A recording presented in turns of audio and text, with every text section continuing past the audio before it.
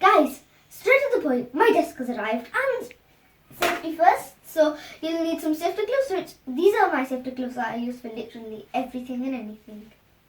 And then here is my screwdriver along with its set filled with tons of different shaped screws, which is very useful. And I've bought this from Screwfix, but why are we even saying that? Let's just get straight to building the table.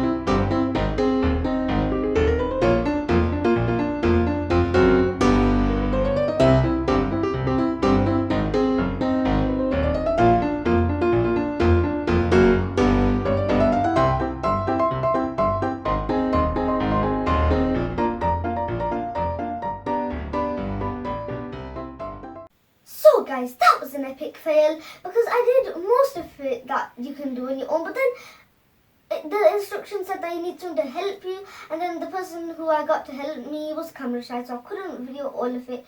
But apart from that, here is the finished product. So stay inside and stay safe and enjoy yourself, because even if that means building something like I did, you should do that. So stay inside, stay safe. Until next time, guys. Peace out.